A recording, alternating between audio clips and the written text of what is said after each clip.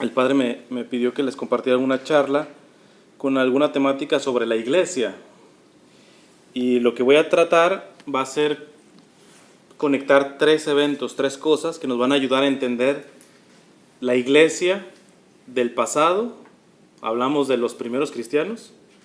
La iglesia del pasado, pero del pasado cercano. Estamos hablando, lo que voy a citar es como de 1970 más o menos. Y la iglesia del presente. ¿Ah? Entonces, primero la primera conexión es, no sé si ustedes saben, el Papa Francisco va a venir aquí a Estados Unidos, a Pensilvania, a Nueva York y a Washington. La causa principal es a Pensilvania, a una ciudad. ¿Alguien sabe cómo se llama la ciudad a la que va a asistir el Papa? Filadelfia. Filadelfia, porque va a haber un congreso mundial de las familias. Entonces viene a eso, y a raíz de eso es que va a pasar a Nueva York y va a pasar a Washington, y de ahí va a brincar a Cuba. Entonces, lo interesante es que a raíz de que yo me estaba poniendo a pensar la otra vez, mira, viene no solamente a Estados Unidos, viene a Filadelfia. Y en Filadelfia, en el año 1977, vino el Papa Juan Pablo II, que todavía no era Papa, él fue en el 79. Entonces, en el 77, es decir, casi 2 años antes de ser elegido Papa, vino como cardenal, vino a un congreso, pero era un congreso eucarístico. Este es un congreso de las familias. ¿Y qué con eso? Pues que en ese 1977, en la ciudad de Filadelfia, en Pensilvania, el Papa Juan Pablo II, como cardenal, dijo estas palabras. Atención con esto. Dijo el Papa: estamos ahora ante la confrontación histórica más grande que la humanidad jamás haya pasado. Estamos en la confrontación, una pelea, una lucha histórica más grande, la más grande que la humanidad jamás haya pasado. Estamos ante la contienda final entre la iglesia y la antiiglesia. Ahora te explico eso.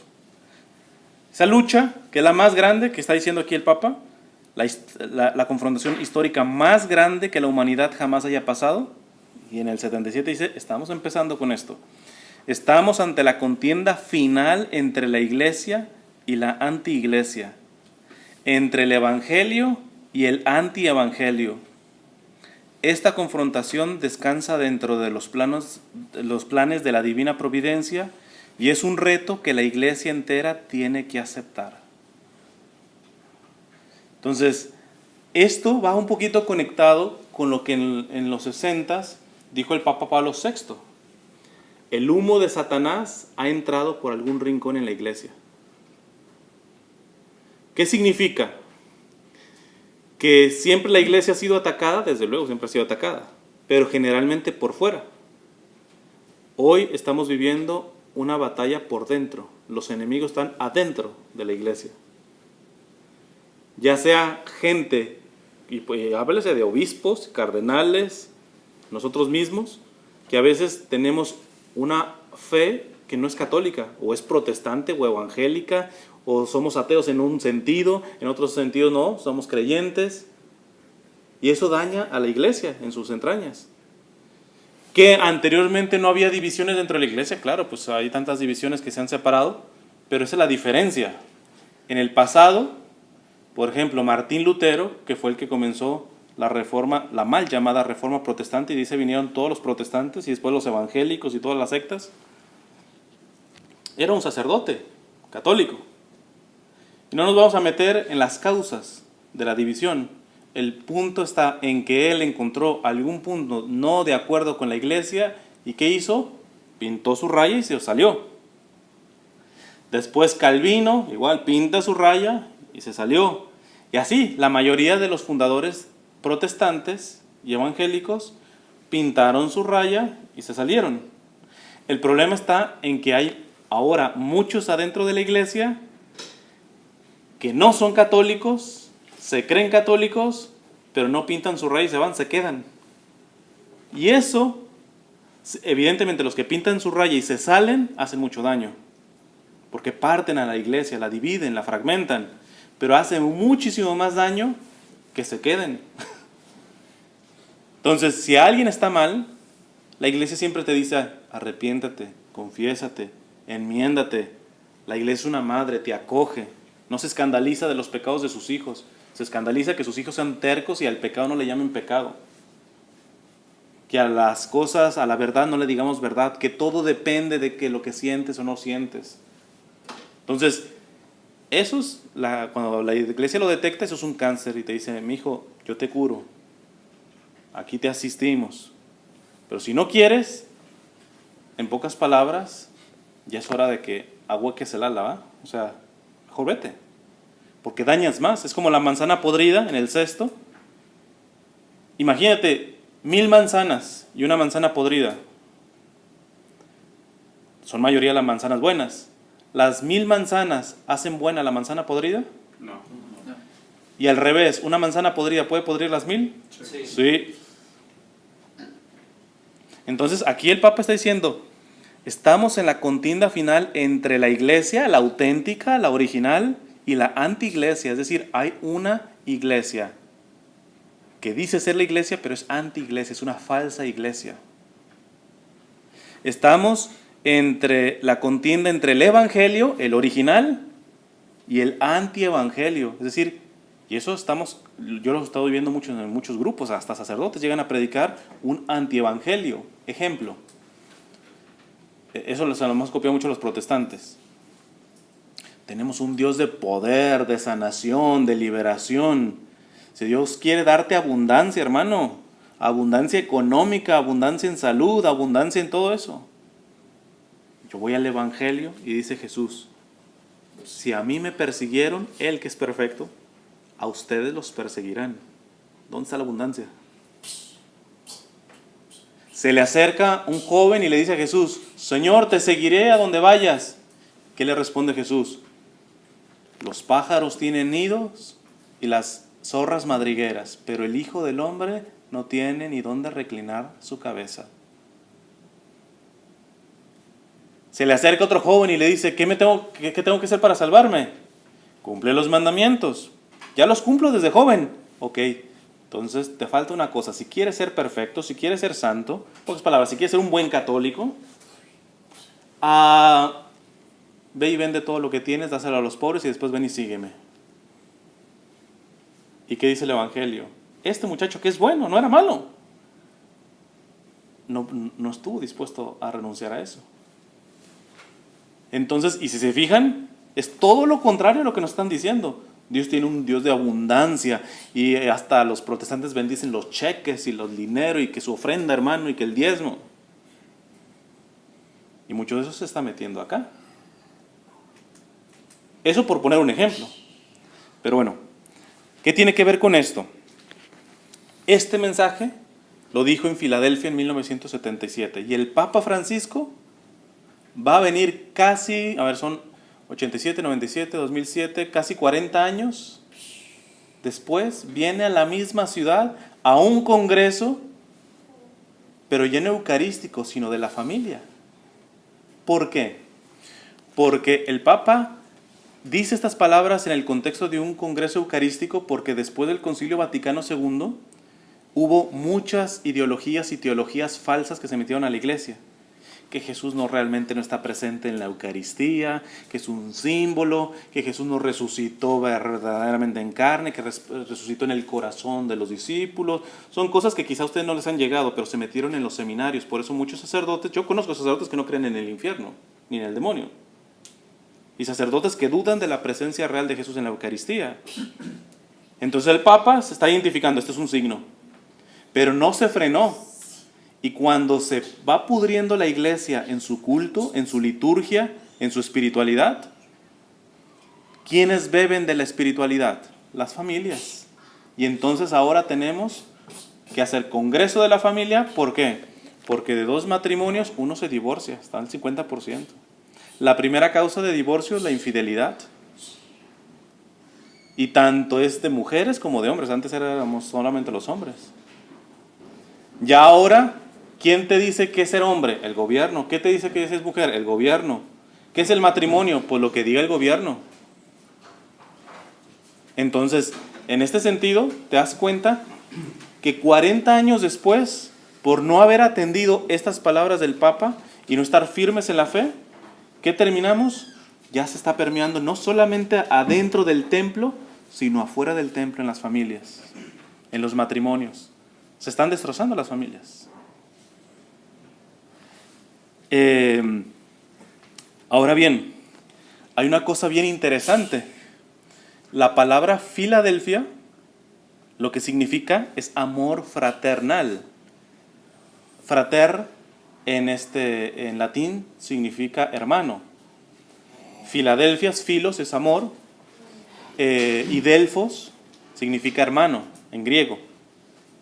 Entonces, ya cuando pasó de hermano a latín es frater. Fraternal significa hermano. Es interesante. Vamos a reflexionar un poquito acerca de esto. En la Revolución Francesa, que fue una cosa que marcó la historia, una revolución realmente atea, donde le dieron culto a la razón, el ser humano se volvió como Dios de sí mismo, no necesitamos Dios, es nuestra propia razón, nuestra propia inteligencia. Y seguimos con los efectos de la Revolución Francesa. Y uno de los lemas de la Revolución Francesa era fraternidad. Fraternidad. Hablaban de libertad, hablaban de fraternidad, pero la cuestión está, si fraternidad significa hermano, amor entre hermanos, no hay hermano sin padre. ¿Quién es el padre? O sea, la Revolución Francesa te proponía una cosa, decir amor fraternal, pero ¿cómo podemos amar entre los hermanos si no identificamos quién es nuestro padre en común? Porque el papá de ustedes no es el papá mío. O sea, biológicamente ustedes no son mis hermanos. Pero yo les puedo decir hermanos, sí, ¿por qué? Porque en la fe. ¿Y si somos hermanos en la fe? Sí, porque tenemos un padre en común. Y la Revolución Francesa hablaba de fraternidad, pero sin paternidad.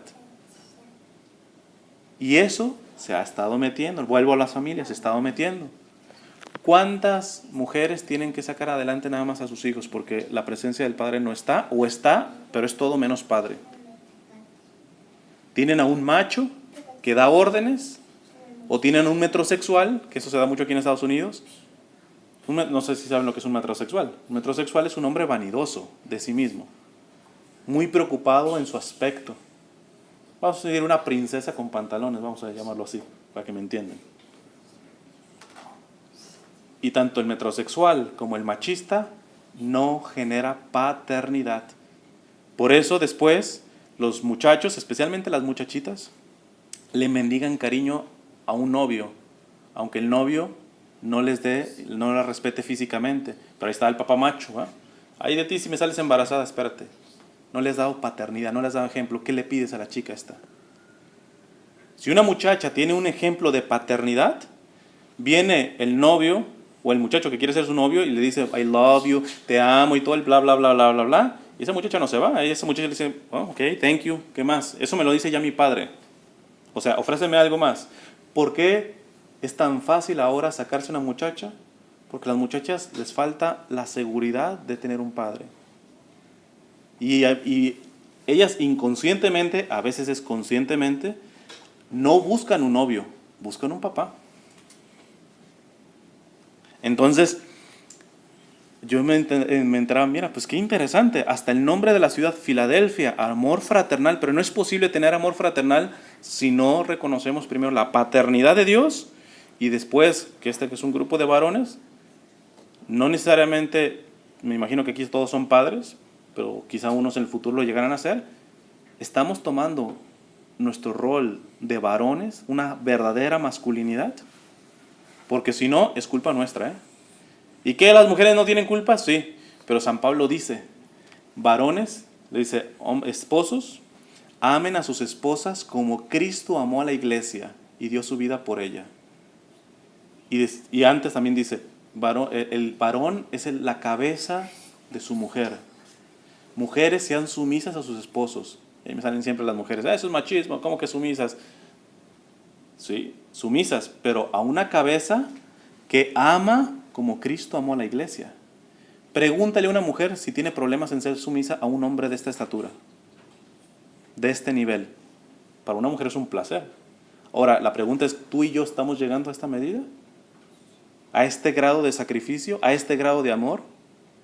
Además, que si dice San Pablo que el varón es cabeza de su mujer, eso significa que tiene autoridad, sí, pero significa que es el primero, como la cabeza es lo primero. Entonces, automáticamente, cuando te dice San Pablo que el varón es la cabeza de su mujer y de su familia, significa que tiene autoridad, pero que también tiene que ser el primero en perdonar, el primero en pedir perdón, el primero en querer arreglar los problemas del matrimonio, en primero que llevar la fe. Eso se lo están llevando las mujeres. Las mujeres tienen que cuidar lo que el esposo ha llevado, tanto económicamente como en la espiritualidad, en la fe. Pero el que lo tiene que llevar a la familia, el que tiene que hablar de Dios, el que tiene que dar ejemplo de Dios, tiene que ser el hombre, el varón. Si no, no eres cabeza. Entonces, este tema de la iglesia toca especialmente a nosotros. ¿Por qué? Porque no podemos estar esperando a que la mujer tome la iniciativa siempre. ¿Quién es la que toma la iniciativa en la iglesia? Casi siempre la mujer. Quítenle las mujeres al padre y te lo aseguro que se caen muchos ministerios. O sea, como hombres en el hogar tenemos que presentar una santidad. En Estados Unidos, la ciudad de Filadelfia le puso así el fundador, que es William Penn, porque deseaba que fuera un refugio de tolerancia religiosa. O sea, cuando se fundó Filadelfia, allá por los 1600, casi 1700, su fundador le puso Filadelfia porque quería que fuéramos hermanos entre las diferentes religiones y diferentes credos. Hoy se vive así, ¿no? A los cristianos, por ejemplo, en Irak los están matando. ¿Quiénes? Los islamistas. Aquí mismo hay libertad religiosa, entre comillas, porque no sé si han escuchado del Obamacare, de esta ley que puso Obama para que todos tuvieran seguro médico. Esa ley es obligatoria para todos. Si tú estás empleado, tu empleador te tiene que dar seguro a ti. No puede haber ninguna persona sin seguro. Pero ojo, ese seguro tiene que cubrir abortos y anticonceptivos. Y evidentemente no es el tema para hablar en esto. Nosotros en nuestra fe rechazamos el aborto y los anticonceptivos. Entonces, ¿qué hicieron? Se levantaron las iglesias y entonces ya, ok, bueno, las iglesias no, los trabajadores de una iglesia, de una parroquia, no tienen que ofrecer eso. Pero ¿qué pasó en las escuelas católicas, los hospitales católicos? Esos van a tener que forzosamente, y si no obedeces, estás violando la ley. ¿Hay libertad religiosa? Nada, cero. Y para allá vamos, esto se va a ir poniendo peor. Ahora bien, Filadelfia, la ciudad de Estados Unidos, no es la primera que se llama Filadelfia. La primera fue una ciudad en Turquía. Fue fundada en el 189 a.C., esta ciudad, por el rey Eumenes II. ¿Y por qué le puso el rey Eumenes II a la ciudad Filadelfia? Por el amor que le tenía a su hermano, que se llamaba Átalo II, que iba a ser su sucesor. Y esto de sucesor es interesante. Es decir, era un rey en el 189 a.C., este rey le puso a esa ciudad Filadelfia. ¿Por qué? Si significa amor fraternal, porque era una expresión de amor a su hermano que lo iba a suceder. Y esta es una cuestión que también tiene que ver con la paternidad, con la figura del varón. ¿Quién usualmente es el que deja la herencia? Pues el varón. Pero eso no estamos hablando de una sucesión simplemente económica. ¿Cuántos grandes empresarios han tenido una idea genial y levantan una empresa y se mueren y suceden, dejan su poder y su economía, o antes de morir, simplemente se la suceden, le dan el paso, le pasan la bandera? ¿A quién? A sus hijos. Y la mayoría, esto es por estadística, la mayoría de los hijos de grandes empresarios terminan por echar a perder todo. ¿Por qué? porque no tuvieron paternidad, tuvieron un paternalismo. Y esto pasa mucho con nosotros los migrantes. Tú dices, yo quiero darle a mi hijo lo que yo no tuve de niño.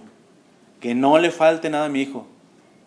Dice un refrán chino muy bueno, que dice, a los hijos hay que educarlos con un poco de hambre y con un poco de frío.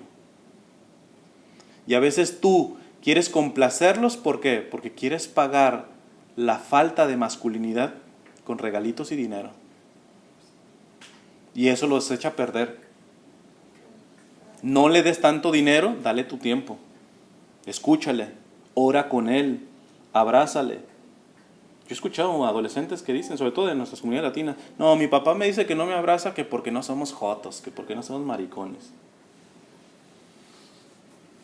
Eso sí, por la falta de masculinidad, ese muchacho si empieza a desear a otro muchacho, es decir, si es homosexual, ahí sí, el papá macho le dice, o sea, hombrecito, bueno, señor, usted tendrá que ser primero el hombrecito y darse cuenta que su hijo estaba necesitado de un abrazo de un varón que no lo deseara, que lo amara con amor puro, como es el amor de un padre. ¿Cuál es la herencia, la sucesión que tú le estás dejando a tus hijos, a tu familia? Deja el dinero, evidentemente es parte, bueno, pues si uno puede trabajar, pero tú dices, aunque me mate trabajando, tú a veces tú dices, apenas vivimos al día. La mejor herencia es la espiritual que tú le puedas dejar. Tan es así que el Papa Juan Pablo II, no les voy a explicar toda su historia, no sé si alguno lo sabe, pero el Papa a los 18 años básicamente se quedó totalmente solo. De muy pequeño murió su mamá, después se murió su hermano y se quedó solo con su papá.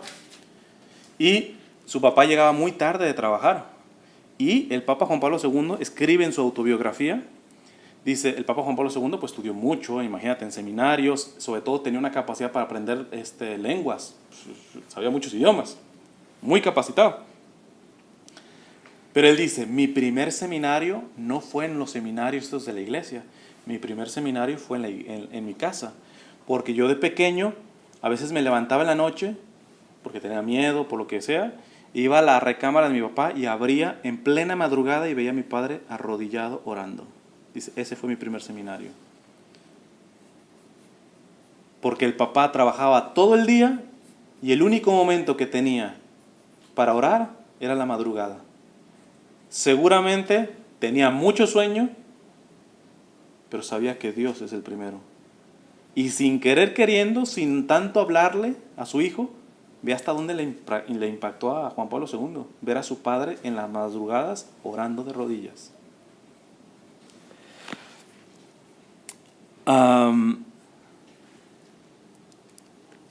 Filadelfia también, bueno, ya les dije, esa Filadelfia antes de Cristo.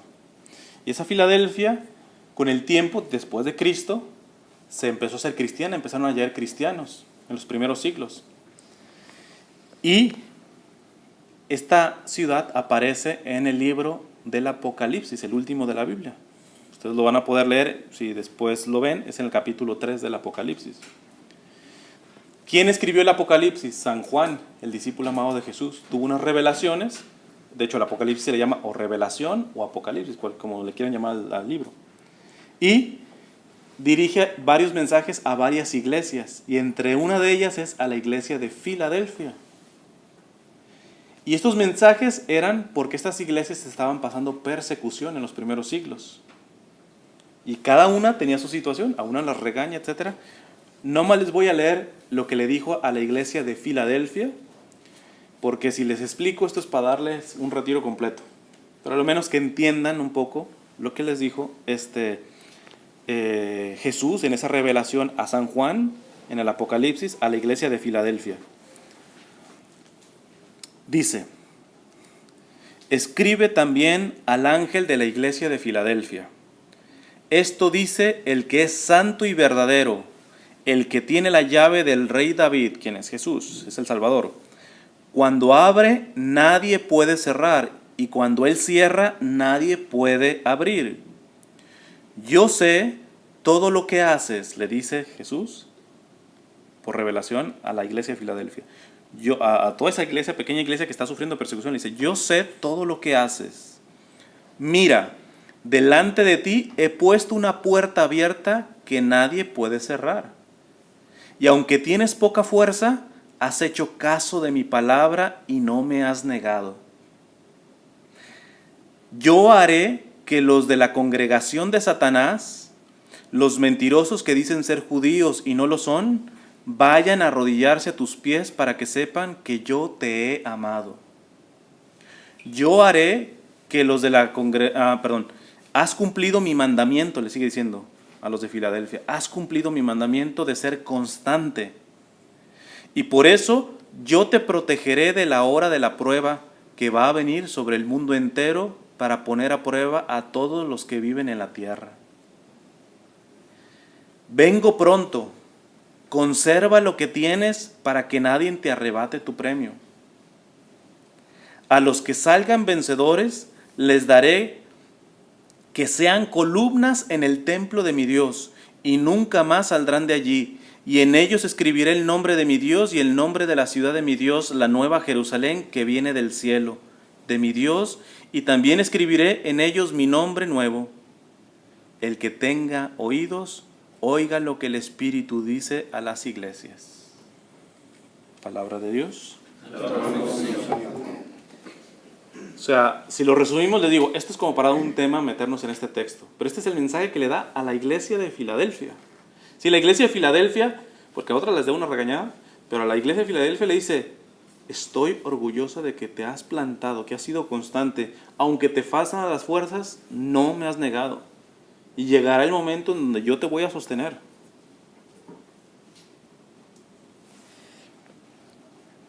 La iglesia, esta iglesia de Filadelfia, también estaba en un lugar en donde había muchos terremotos. De hecho, esa ciudad, después de Cristo, se destruyó como 3 veces de los propios terremotos.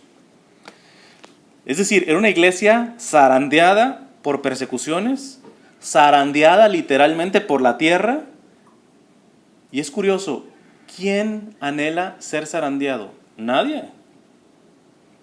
Nadie.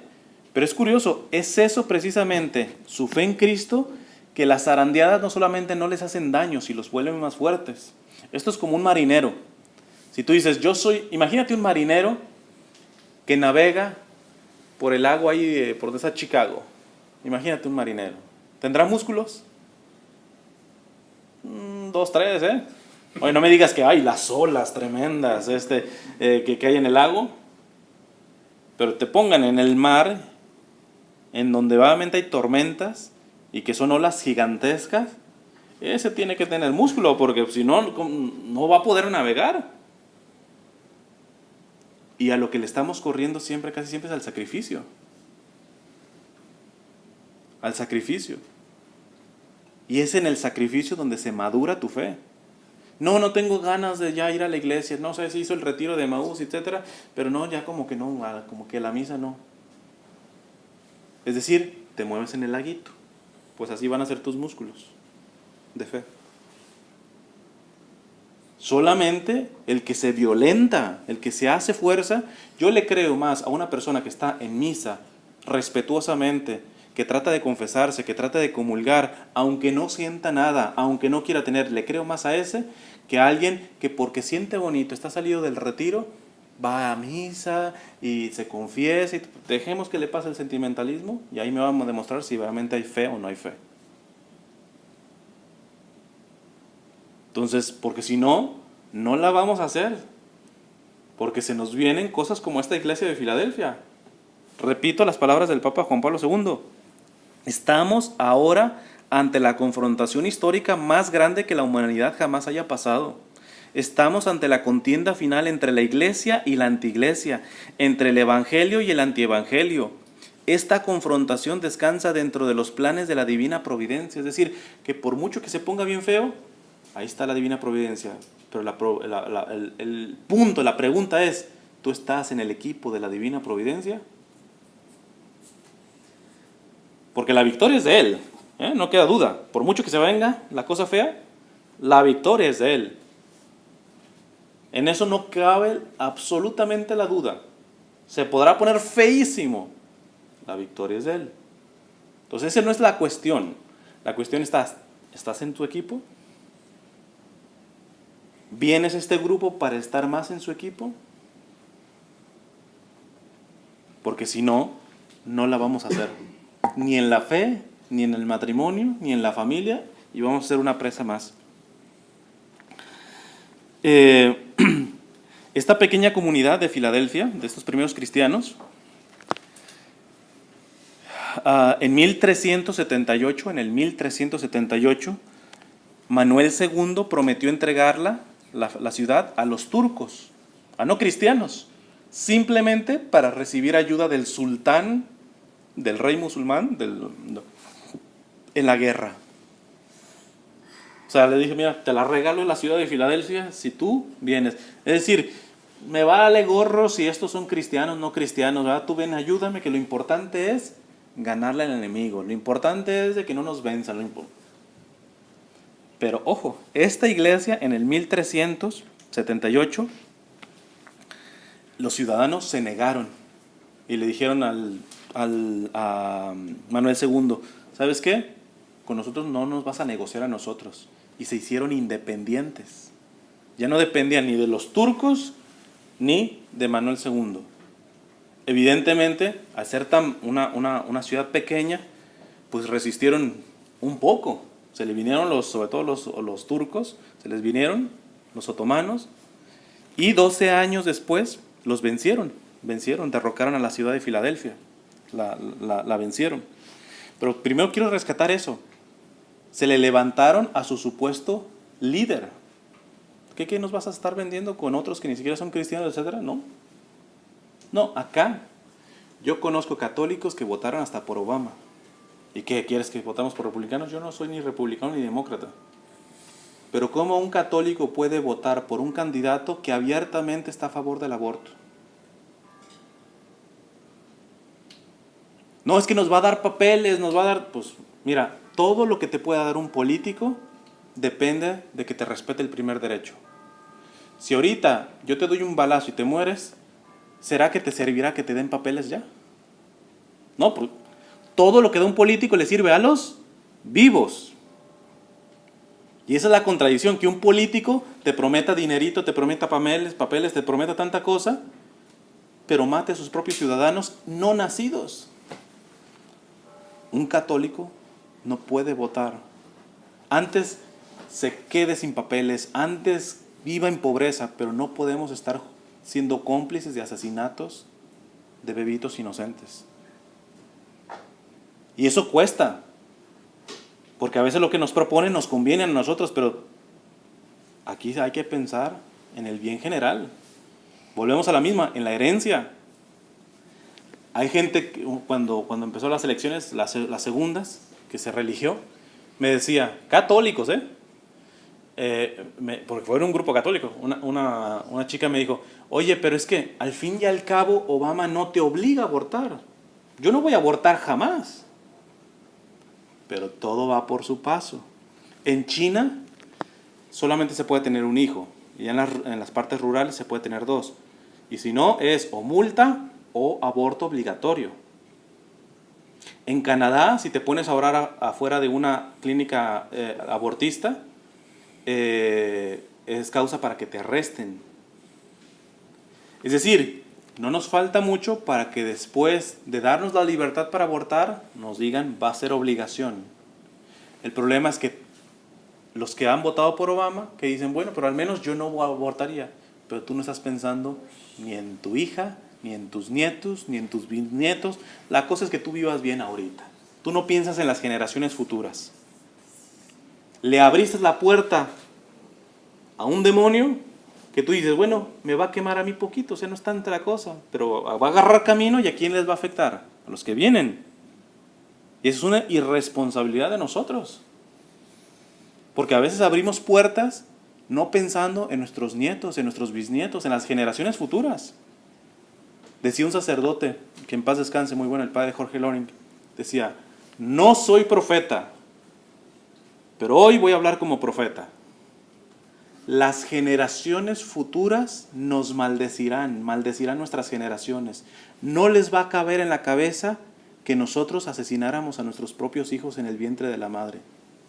Nos dirán que éramos una generación pervertida. Yo creo que sí, ¿eh? A nosotros nos parece cada vez normal. ¿Por qué? Porque cada quien está pensando en su ombligo, en su beneficio.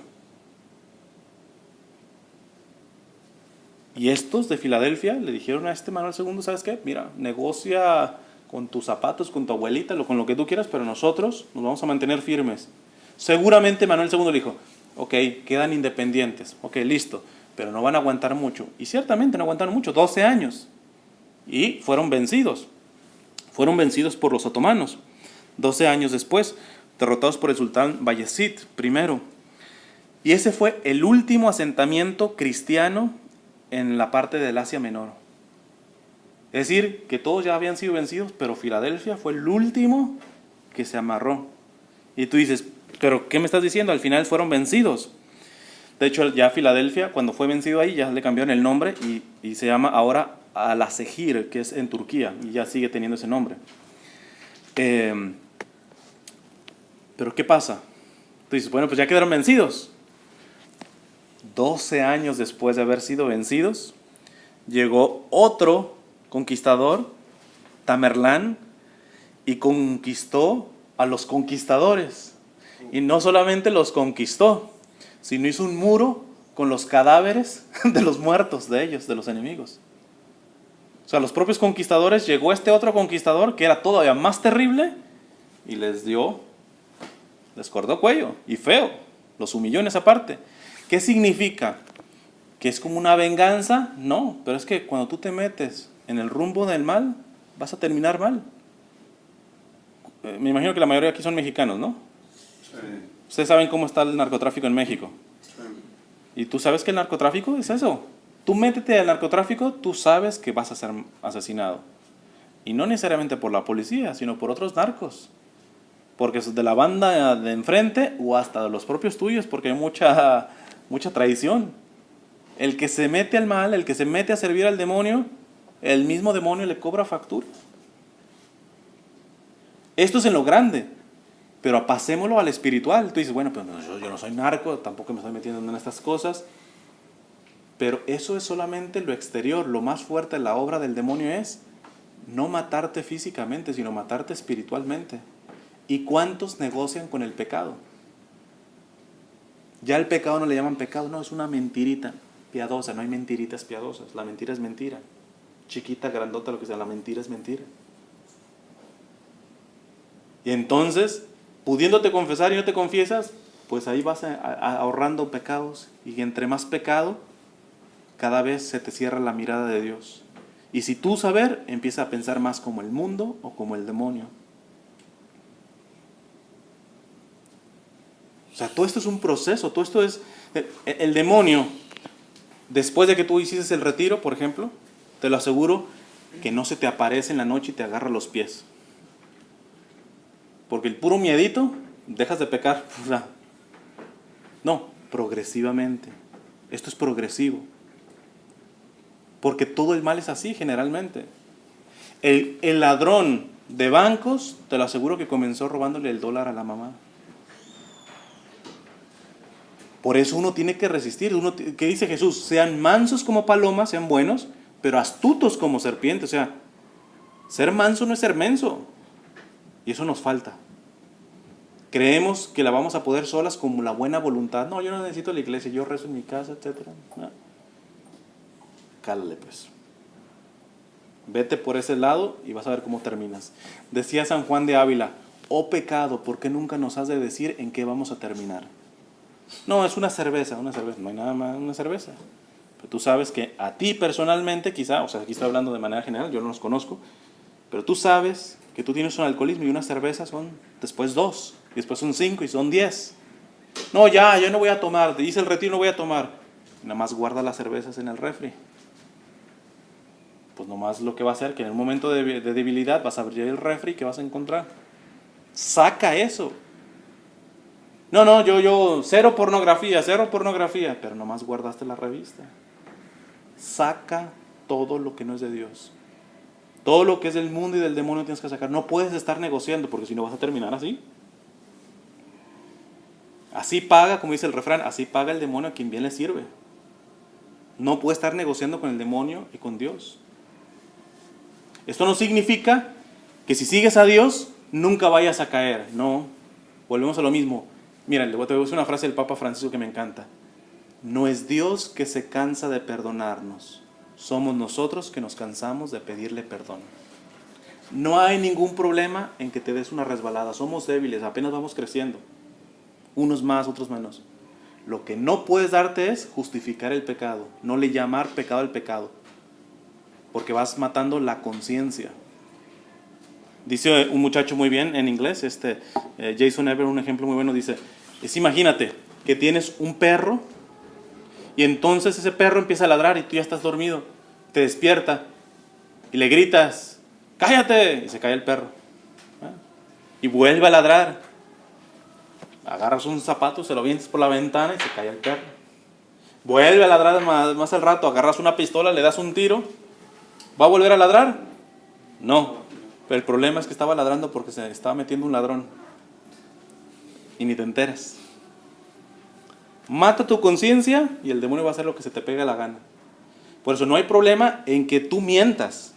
El problema es que ya la mentira para ti no sea mentira. El problema es que tú dices, ay, no es pornografía, nada más son muchachas en bikini, no hay problema. Además, pues siempre en las cuestiones de deportes meten ese tipo de cosas. Vas envenenando tu mente. No he encontrado un infiel que a primera vista sea infiel con otra mujer, no. Envenenó su memoria, quitó el lugar que le era para su esposa y se lo metió a una encuadrada que ni conocía ni nada, pero va metiendo. Va escuchando reggaetón, puro sexo en las canciones, ¿verdad? El día que estés con la novia, ¿qué? En el carro y solo, ¿que vas a rezar el rosario? Te lo aseguro que no. ¿Qué metes a tu cabeza? Estas son las guerras, aquí eran guerras físicas, pero estamos ya teniendo una guerra espiritual entre, como dice el Papa, entre el evangelio y el antievangelio. ¿Y tú crees que vas a sobrevivir sin confesarte? ¿Y tú vas a sobrevivir sin ser un alma eucarística? ¿Y tú vas a sobrevivir sin misa? ¿Y tú vas a sobrevivir sin rezar con tu esposa? ¿Y tú vas a sobrevivir sin rezar con tus hijos? ¿Y tú vas a rezar, tú vas a resistir sin como el papá del Papa Juan Pablo II se arrodillaba así sea en la madrugada? Si tú crees que vas a sobrevivir, te estás tragando la mentira más grande del demonio. Voy terminando ya. Entonces, llegaron estos otros y conquistaron a los conquistadores.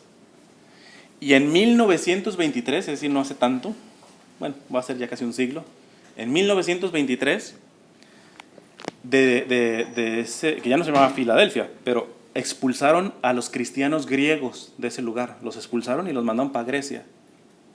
Y tú dices, primero son derrocados y ahora son sacados. Pero ve lo que es la firmeza. En Grecia fundaron Nea Filadelfia, que significa en griego la nueva Filadelfia. Los proyectos de Dios parece como que se acaban. Ya les dieron, ahora sí que hasta el tiro de gracia. Pero si son de Dios, ¿quién vence eso? Nadie. Se podrá emocionar el demonio, se podrá emocionar el mundo, pero la última palabra siempre la tiene Dios. Y vean, es interesante, ya no existe Filadelfia, la original, en Turquía, pero cuando expulsaron a los griegos, los mandaron a Grecia, ellos fundaron una ciudad que se llama Nea Filadelfia. Conclusión. Vamos a la conclusión. Está pasando una crisis la iglesia, pero esa solución mucho depende de los obispos, de los sacerdotes, etc. Por lo tanto, aquí no nos preocupemos de eso. Preocupémonos de orar por el Papa, por los obispos, por los sacerdotes. Hay que orar, porque todo el mundo los critica, pero ¿quién ora? Eso sí, comprométete por orar por él. Pero tú eres sacerdote, eres papa, por así decirlo, de tu hogar. Ahí sí, en la iglesia doméstica, ahí sí te toca a ti. Tú tienes poder sobre ello, como varón. La pregunta es, en estos días pregúntate, revísate qué estás poniendo. ¿Estás verdaderamente siendo un varón como el varón de varones? Y si no, pues es hora de mendigarle ayuda a él, de hacer lo que él quiere, de que si te tomes un resbalón y pecas, etcétera, se pide perdón, te vas a confesar y no cedes. No hay problema en darse resbalones, no hay problema en no ser fiel. El problema es justificar la infidelidad. No, te levantas. O sea, los santos no son gente que no pecaron, los santos son los que pecaban y se levantaban más rápido. Cada vez más rápido, cada vez más rápido, cada vez más rápido, pues cada vez hacían virtudes, hacían músculo, vuelvo a lo mismo a los músculos. Pero esos músculos los hicieron cuando no tenían ganas, cuando no le caía bien gente en la parroquia. Porque aquí parecemos a veces niñas en los grupos. No, el coordinador me miró feo. No, el padre dijo una cosa y ahí se van de la iglesia. Con esa fe de princesitas, ¿creen que les va a alcanzar para estas crisis que están llegando? No. Es momento de ser hombrecitos, no solamente en la familia, sino en la fe.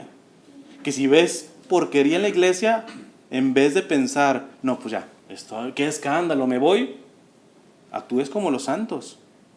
Ok, precisamente porque hay porquería, yo voy a defender a mi Señor siendo santo ahí en la porquería. Limpiando, porque mira, cualquiera dice, este salón está sucio, pero si lo dice desde la esquina, pues mira, pues qué bien, puras palabras. Métete aquí a limpiar. Y eso es lo que nos debe de tocar a nosotros. Decía San Juan Pablo II, ojo con esto, cuando la noche nos envuelve, debemos reflexionar para no perder el control. Les digo, se va a poner cada vez más fea la cosa. Y cuando se pone más fea la cosa, perdemos el control, nos desesperamos, nos da miedo, etc. Por eso dice, cuando la noche nos envuelve, debemos reflexionar para no perder el control. Debemos creer que la iglesia renace cada mañana a través de sus santos.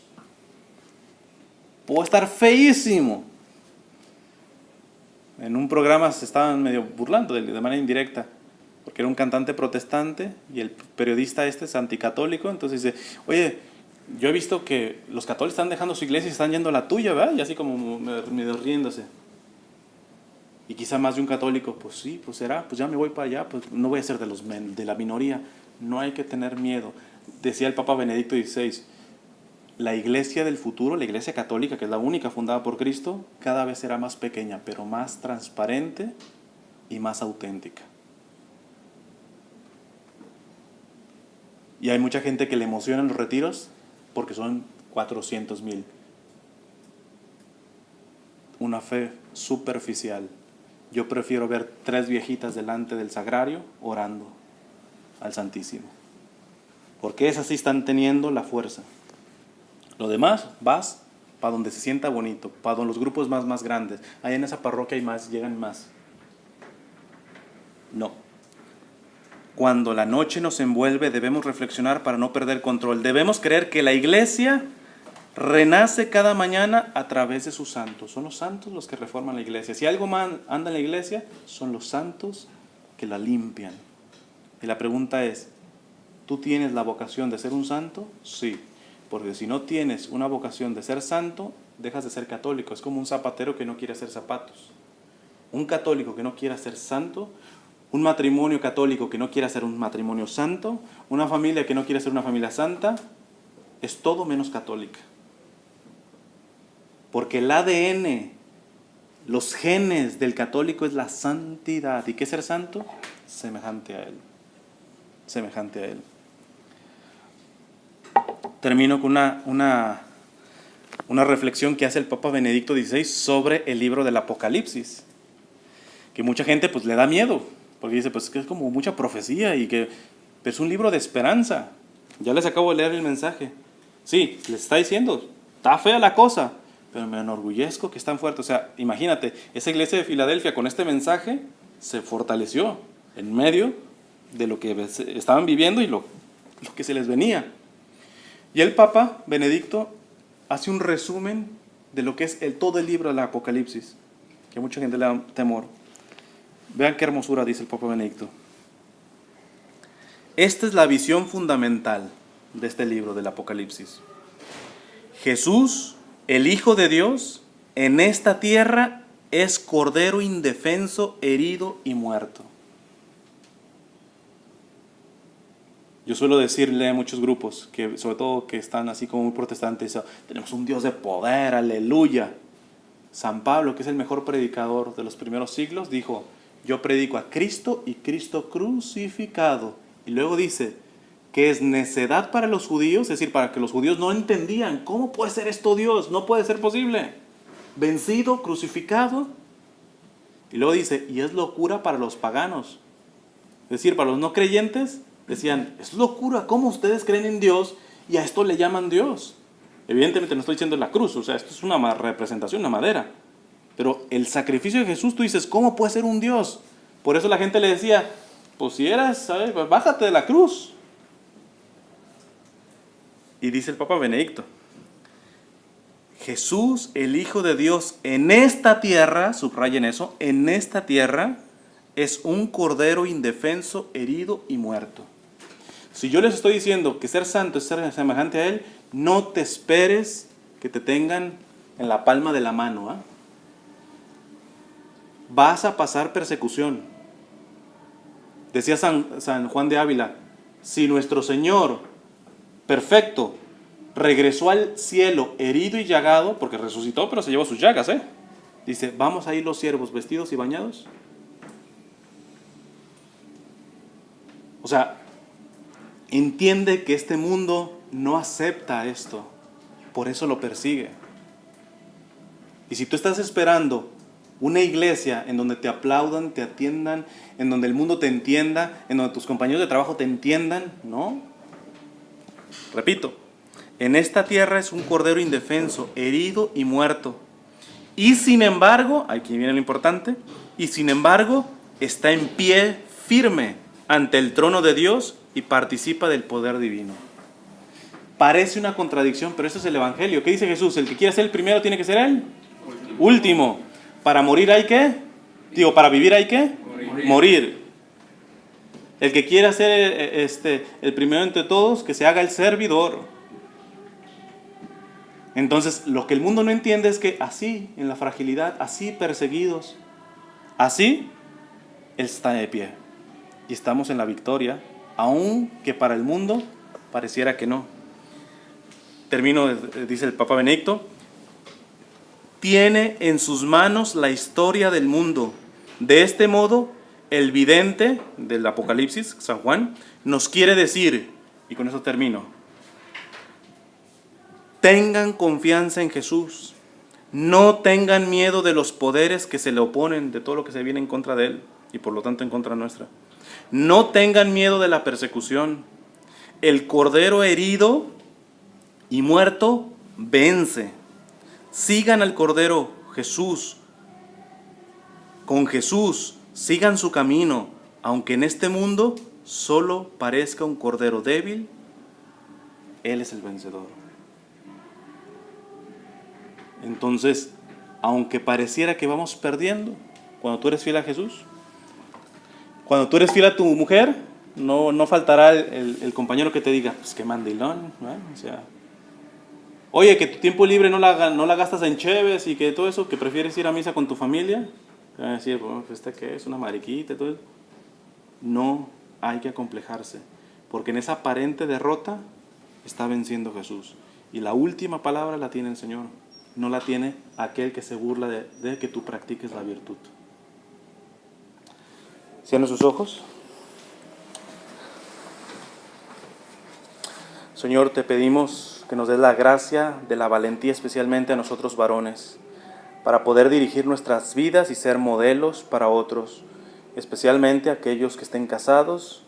Señor, dale la gracia de una santa masculinidad, de una santa paternidad, que sean reflejo tuyo en el hogar, con sus esposas, en su trabajo.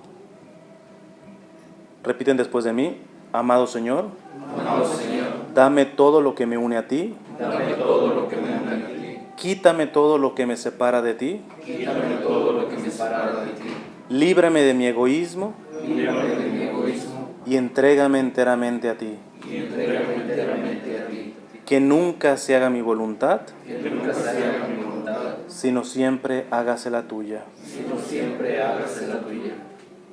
Finalmente nos consagramos a la Virgen, porque como en esta imagen lo tiene a Jesús en el centro. Ella es la que nos indica que Jesús es el centro de nuestras vidas, de nuestras familias, de nuestros matrimonios, de la propia iglesia. Por eso le decimos todos juntos: Dios te salve María, llena eres de gracia, el Señor es contigo, bendita tú eres entre todas las mujeres, y bendito es el fruto de tu vientre Jesús. Santa María, Madre de Dios, ruega por nosotros los pecadores, ahora y en la hora de nuestra muerte. Amén. En nombre del Padre, del Hijo y del Espíritu Santo. Amén. Bueno, con esto terminamos.